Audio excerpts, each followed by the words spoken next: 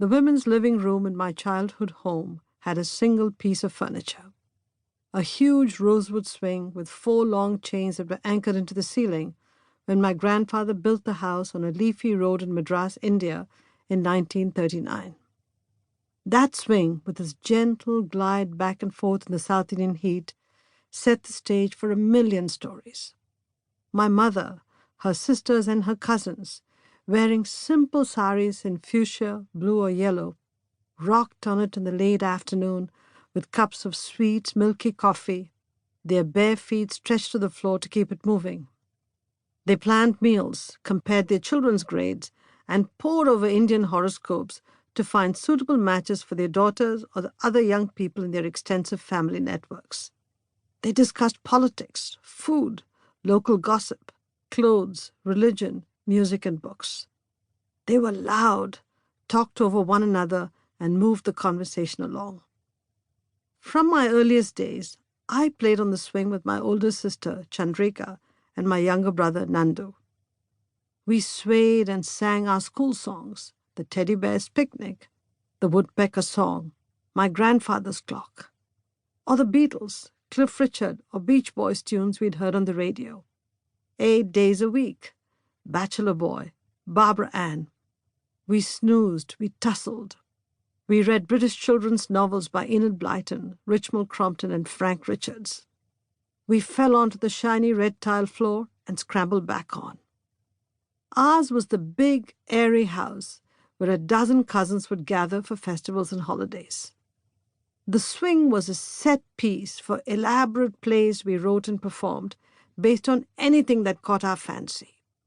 Parents, grandparents, aunts and uncles gathered to watch, holding bits of torn newspaper with the words, "1 ticket," scrawled on them.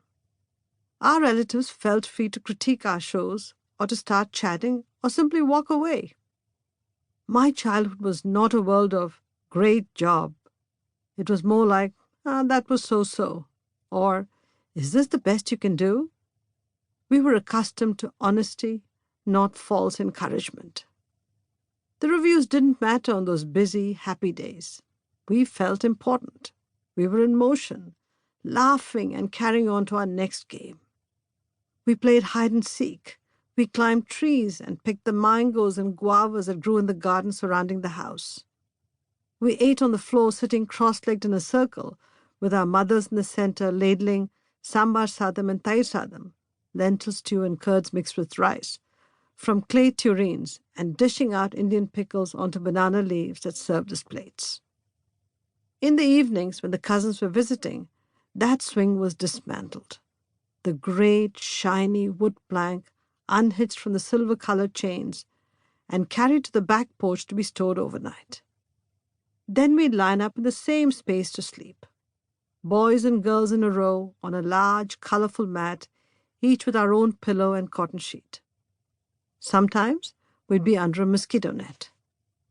If the power was on, a fan turned lazily overhead, pretending to break the heat when the overnight temperature was 85 degrees Fahrenheit. We'd sprinkle water on the floor around us, hoping its evaporation would cool the place. Like many houses in India at the time, Lakshmi Nilayam, as our house was named, also had a men's living room, a vast hall with big square windows directly off the entry portico, where it was easy to keep an eye on who came and went. My paternal grandfather, a retired district judge, had used all his savings to design and construct this grand 2-story residence with its terrace and balconies. But he spent all his time in the men's living room, reading newspapers and books, and lounging in a large, easy chair with a canvas seat. He slept on a carved wood divan with deep blue upholstery. He warmly welcomed visitors who almost always dropped by unannounced.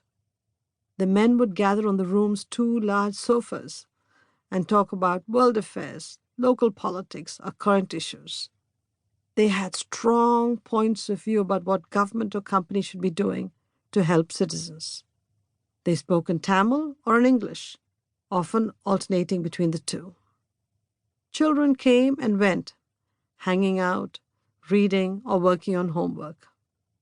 I never saw a woman sit in that room in front of my grandfather, whom I called Tata. My mother was always in and out of the room serving coffee and snacks to visitors or tidying up. The Oxford English Dictionary and the Cambridge Dictionary, both bound in burgundy leather, lay on a wooden side table. Tata once had my sister and me read Nicholas Nickleby, the almost 1,000-page novel by Charles Dickens. Every few chapters, he'd take the book, point to a page, and ask, "What's the meaning of this word?" If I didn't know, he'd say, "But you said you'd read these pages." Then I'd have to look up the word and write 2 sentences to show I understood it.